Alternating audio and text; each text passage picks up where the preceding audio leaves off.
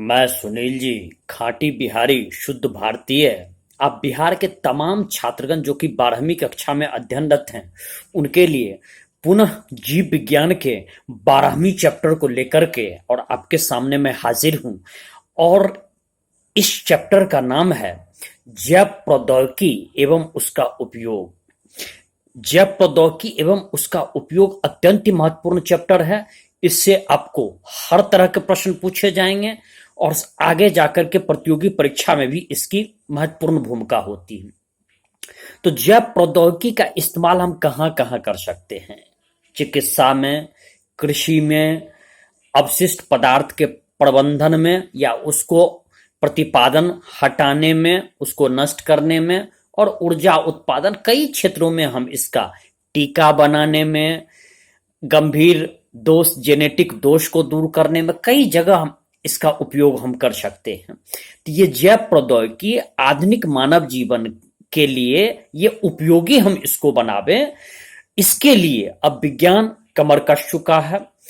तो यहां पर जैव प्रौद्योगिकी में 3 विषय वस्तु पर ज्यादा जोर दिया जाता है। ये 3 विषय वस्तु क्या है, इसको जरा समझ लें। तो पहला विषय वस्तु जो 3 ऐसा बिंदु है जिस पर जो इसके मेन, जिसको कहते हैं, जिस सिद्धांत पर यह काम करता है। तो ये पहला सिद्धांत ये है कि सूक्ष्म जीव को डेवलप करना, सूक्ष्म जीव को उसको विकसित करना और उससे एंजाइम का निर्माण करना और उसको प्रेरक के रूप में इस्तेमाल करना। तो सूक्ष्म जीव के रूप में शुद्ध एंजाइम को निकाल करके और प्रेरक के रूप में इस्तेमाल करना। दूसरा कि उत्प्रेरक के कार्य हेतु टेक्नोलॉजी का सर्वोत्तम इस्तेमाल, तकनीक का लाजवाब इस्तेमाल। जैव प्रौद्योगिकी उसका नाम ही है, प्रौद्योगिकी मीन्स होता है टेक्नोलॉजी, तो उसका सर्वोत्तम इस्तेमाल। तीसरा है कि तकनीक का प्रयोग से प्रोटीन या कार्बनिक यौगिक का शुद्धिकरण, प्रोटीन का निर्माण, कुछ पौष्टिक पदार्थ में भी वृद्धि कर देना, जैसे विटामिन ए की वृद्धि कर देना, जो चीज कमियां हैं उस पोषण पदार्थ में वृद्धि कर देना। ये सब इसकी मुख्य, इसके विचारणीय बिंदु हम इसको मान सकते हैं। अब शुरुआत करता हूं, तो कृषि में आखिर हम किस तरह से जैव प्रौद्योगिकी का इस्तेमाल करेंगे। तो कृषि में जैव प्रौद्योगिकी का इस्तेमाल जो करते हैं, तो वो इन बातों पर हम इस्तेमाल करते हैं। जैसे कि हरित क्रांति है तो उसकी एक सीमा है। हरित क्रांति में जैसे हमने उत्कृष्ट किस्म का बीज का प्रयोग किया, अच्छे खाद का प्रयोग किया, कीटनाशक का प्रयोग किया, लेकिन इससे उत्पादन को हम एक ऊंचाई तक ले जा सकते हैं, उसमें वृद्धि कर सकते हैं, लेकिन असीमित वृद्धि नहीं कर सकते हैं। तो अब हमको दूसरा पद्धति भी अपनाना पड़ेगा। तो ये इस पर आगे विचार करेंगे। दूसरा कि रसायन का कम से कम प्रयोग। रसायन का यदि आप कृषि में बहुत ज्यादा प्रयोग करते हैं तो उसके हानिकारक प्रभाव भी आते हैं। ऐसा भी संकेत मिला है कि अत्यधिक कीटनाशक के प्रयोग से, अत्यधिक रसायन के प्रयोग से कैंसर तक की बीमारी दूरगामी परिणाम हो सकता है। तो उसका कम से कम प्रयोग और जैविक रसायन का प्रयोग ज्यादा बढ़ाना। और तीसरा है कि कार्बनिक कृषि, नेचुरल कृषि की ओर बढ़ना। इन सब कृषि के क्षेत्र में जैव प्रौद्योगिकी का इस्तेमाल करके ये सब परिवर्तन लाने की ओर हम लोग बढ़ रहे हैं। तो अब यहां पर शुरुआत करते हैं कि जैसे पौधा हुआ या जीवाणु हुआ, बैक्टीरिया हुआ, कवक हुआ या जंतु, इनके जीन्स में यदि हम कुछ परिवर्तन कर दें तो वो लाभदायक बनाया जा सकता है। जैसे कि एक शब्द आपने सुना होगा जीएम, जिसका फुल फॉर्म होता है जेनेटिकली मॉडिफाइड। तो जीएम कई प्रकार के, अब पौधे के आगे, उसके नाम के आगे जेनेटिकली मॉडिफाइड, देखिएगा ये जेनेटिकली मॉडिफाइड बीज का नाम आपने सुना होगा। जेनेटिकली मॉडिफाइड बीज ऐसा इस तरह का होता है कि ये काफी, ये ठंडा भी झेल लेता है, सूखा भी झेल लेता है, ताप टेम्परेचर भी झेल लेता है, लवण भी झेल लेता है। ये इन सब को फसल ऐसा उत्पादन होता है, पौधा फसल उत्पादन, जो इन सब पर इसका प्रभाव नहीं पड़ता है। अत्यधिक ठंड वो भी झेल लेगा, अत्यधिक गर्मी वो भी झेल लेगा, अत्यधिक लवण आए वो भी झेल लेगा, सूखा हो वो भी झेल लेगा, और पानी लगा हो वो भी झेल लेगा। तो ऐसा है तो चाहिए। और पीड़कनाशी रसायन पर कम निर्भरता इसकी होती है। तो कम निर्भरता होती है, ये सब इसके गुण होते हैं। और कटाई के बाद होने वाला नुकसान भी इसमें बहुत कम होता है। तो जेनेटिकली मॉडिफाइड बीज शुरुआत में जब डंकल प्रस्ताव एक बार आया था 1993 के आसपास, तो काफी विरोध हुआ था, लेकिन बाद में जब किसान इसके फायदा जाने तो अब उसका विरोध बंद हो गया। तो अब कुछ ऐसा भी कोशिश किया जाता है कि जीएम प्रकार के पौधे का एक उपयोग यह भी है कि जैसे मान लीजिए कि कोई पोषण स्तर कम है, किसी में विटामिन ए की कमी होती है, किसी में विटामिन बी की कमी होती है, इन सब तरह का उसको बढ़ाया भी जा सकता है कृत्रिम रूप से। और पीड़क प्रतिरोधी फसल, अब पीड़क प्रतिरोधी फसल किसको कहते हैं? कुछ ऐसा फसल होता है जिसमें आप देखेंगे कि कई तरह का हम लोग कीटनाशक रसायन का प्रयोग करते हैं, लेकिन बीटी प्रकार की होती है, उसमें एक खास प्रकार का जीव विष निकलता है। जिस बीटी का फुल फॉर्म आप मस्तिष्क में बिठा ले, ये पूछ सकता है बैसिलस थुरुएंजिएसिस। बैसिलस थुरुएंजिएसिस याद रखेंगे, ये पूछेगा। सुनील जी खाटी बिहारी पूछा है, जवाब दे। बीटी का फुल फॉर्म बैसिलस थुरुएंजिएसिस, बिल्कुल सही आपने जवाब दिया। तो बीटी कपास आया, बीटी मक्का आया, धान, टमाटर, आलू, सोयाबीन, इन सब में अब आपको बीटी प्रारूप आने लगा है। बी थ्रुएंजेसिस अपने वृद्धि के विशेष चरण में एक प्रोटीन रवा का उत्पादन करता है। प्रोटीन अत्यंत ही सूक्ष्म, हम जिसको कह सकते हैं कि डस्ट का रूप में निर्माण करता है, और इसमें विषाक्त आंतरिक कह सकते हैं जो कीटनाशक प्रोटीन होता है। अब आपके मन में होगा कि जब ये कीट इस रवा को चखता है तो वो तो मर जाता है, तो फिर ये स्वयं बैसिलस क्यों नहीं मर जाता है? तो ये जीव बैसिलस न मरने का कारण आप जान लीजिए कि बीटा जीव विष प्रोटीन शुरुआत की अवस्था में निष्क्रिय अवस्था में होता है, और जैसे ही ये बैसिलस थुरुएंजिएसिस अलग करके ये किसी कीट, या आप ये जानिए ये प्राक जीव अवस्था में रहता है, उसमें निष्क्रिय रहता है, लेकिन जैसे ही किसी कीटाणु जीवाणु जो उसका भक्षण करता है या कीट के पेट में जाता है, तो उसके आंत में जाकर के ये संवर्धित होने लगता है और सक्रिय अवस्था में आ जाता है। इसके कारण वो कीट नष्ट हो जाता है, मर जाता है। लेकिन उसी बैसिलस में वो प्राक अवस्था में रहता है, एलिमेंट्री स्टेज में रहता है, इसलिए उसको नुकसान नहीं करता है। ये बहुत बड़ी फायदा है। और पीड़क प्रतिरोधी पौधा ही अब तैयार करने की कोशिश की जा रही है। जैसे मानव में भी और पौधे में भी कुछ किस्म ऐसे होते हैं जिसमें, जैसे मैं आपको एक सूत्रकृमि रहता है, जिसको आप बहुत ही महीन जोंक के रूप में जान सकते हैं। जैसे एक पीस मैं उदाहरण देता हूं, एक छोटा सा उदाहरण, मिलवाइडेगाइन इनको ये तंबाकू के पौधे के जड़ में लग जाता है, और जिसके कारण तंबाकू का उत्पादन पर प्रतिकूल प्रभाव पड़ता है। तंबाकू का उत्पादन बहुत कम होता है।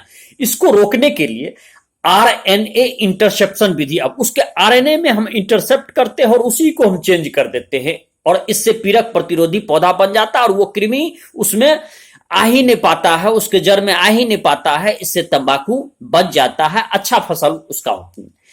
चिकित्सा के क्षेत्र में आखिर जैव प्रौद्योगिकी बायोटेक्नोलॉजी का क्या इस्तेमाल कर सकते हैं? चिकित्सा के भी क्षेत्र में यह अत्यंत उपयोगी है। उदाहरण मैं आपको देना चाहता हूं, मधुमेह, इंसुलिन के अल्प रिसाव के कारण मधुमेह होता है, डायबिटीज जिसको अंग्रेजी में कहते हैं, अल्प रिसाव के कारण। अब मानव इंसुलिन तो उपलब्ध हो नहीं पाता है, तो जिस मानव का इंसुलिन ही कम बनेगा, तो मानव का इंसुलिन कैसे उपलब्ध होगा? तो उस स्थिति में मधुमेह रोगियों के लिए इंसुलिन कृत्रिम लाया गया। अब उसमें जानवर में सुअर के अग्नाशय से निकाला गया या कुछ अन्य जानवर के अग्नाशय से निकाला गया, लेकिन उसमें एक नुकसान यह होता था कि वो इंसुलिन कभी कभी मानव के शरीर में एलर्जी उत्पन्न कर देता था, और कभी कभी वो ऐसा प्रभाव उत्पन्न कर देता था जो अवांछित प्रभाव था, वो प्रभाव न चाहिए नुकसानदायक प्रभाव कर लेता था और उतनी मात्रा में उपलब्ध भी नहीं हो पाता था। तो 1983 में 1983 में एली लिली नामक एक अमेरिकन कंपनी थी, इसने डीएनए में चेंज ला करके डीएनए के पैटर्न में इसने चेंज ले आया और उसमें प्लाज्मिड को प्रवेश करा करके इंसुलिन का एक श्रृंखला उत्पादन किया और उससे फिर मानव इंसुलिन का निर्माण किया जाने लगा। और कृत्रिम रूप से जब निर्माण किया जाने लगा तो ये मानव इंसुलिन से पूरी निर्माण की ये मानव इंसुलिन के कृत्रिम रूप से निर्माण की प्रक्रिया सरल हो गई। अब आवश्यकता अनुसार इंसुलिन बना लिया जाता है और मधुमेह रोगी को देखिएगा खाने के पूर्व वो इंसुलिन का टीका ले लेता है, इंसुलिन की टीका लेकर के, और जिनको बहुत ज्यादा डायबिटीज की परेशानी होती है वो उस टीका को ले लेते हैं खाने से पहले और उनका जीवन संतुलित और स्वस्थ ढंग से चलता है। अब देखिए जीन चिकित्सा, कुछ ऐसे अनुवांशिक रोग हैं जो गर्भ से ही आ जाता है, वो बचपन से ही होता है, उसको ठीक करना ऊपर के चिकित्सा से या बाद के चिकित्सा से बड़ा मुश्किल होता है। तो उस स्थिति में क्या किया जाता है, यदि गर्भ में ही उस चीज की पता चल जाए कि ये जेनेटिक रोग है तो उसको कोशिश किया जाता है जिस जीन में दोष है उसको ही ठीक किया जाए, उसको ही परिमार्जित किया जाए, उसमें ही उसको कुछ रेक्टिफाई किया जाए, सुधार किया जाए, इस तरह का कोशिश किया जाता है। तो इसको हम लोग कहते हैं जीन चिकित्सा। या मान लीजिए कि माता पिता दोनों अंधे हैं, तो हो सकता है कि बच्चा भी अंधा पैदा हो, तो उस स्थिति में यदि हम जेनेटिक को सुधार कर लेते हैं तो अंधापन की समस्या दूर हो सकती है। या माता पिता गूंगे हैं तो हो सकता है कि यदि 5 बच्चे हैं तो 3 बच्चे गूंगे हो जाएं या 5 के 5 गूंगे हो जाएं, तो उनमें ऐसा कोशिश किया जाता है जेनेटिक मॉडिफिकेशन गर्भ में, ताकि वो गूंगा ना हो, इस तरह की कोशिश। क्योंकि यदि ये गूंगा पैदा ले लिया, जन्म ले लिया, उसके बाद से वो किसी दवा से ठीक होने की संभावना नहीं है उसकी।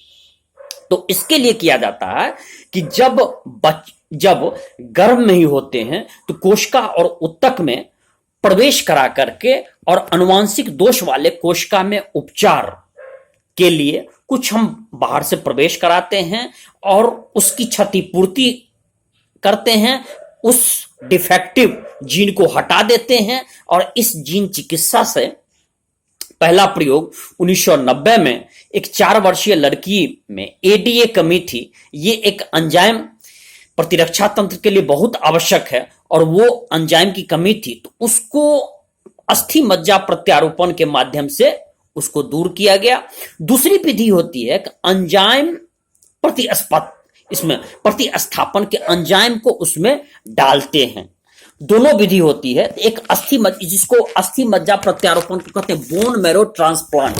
तो बोन मैरो ट्रांसप्लांट, आप एड्स का पहला रोगी था, वो संजोग बस इसी से ठीक हुआ था, बोन मैरो ट्रांसप्लांट के द्वारा, क्योंकि उसको एड्स के साथ कैंसर की भी रोग हो गई थी जिसमें बचना उसके लिए मुश्किल था। तो उसको बोन मैरो ट्रांसप्लांट किया गया तो वो कैंसर से भी मुक्त हो गया और देखा गया एड्स से भी मुक्त हो। हालांकि ये एक दुर्लभ प्रक्रिया थी, वो ऐसा नहीं है जो वो सफल हो पाया, लेकिन टिमोथी ब्राउन उसका नाम था और अभी तक वो पहला रोगी था जो एड्स रोग से पूर्णतः मुक्त हुआ था। हालांकि वो नॉर्मल इलाज की प्रक्रिया ना हो सकी, लेकिन अस्थि मज्जा प्रत्यारोपण से कुछ कैंसर पर भी नियंत्रण प्राप्त किया गया।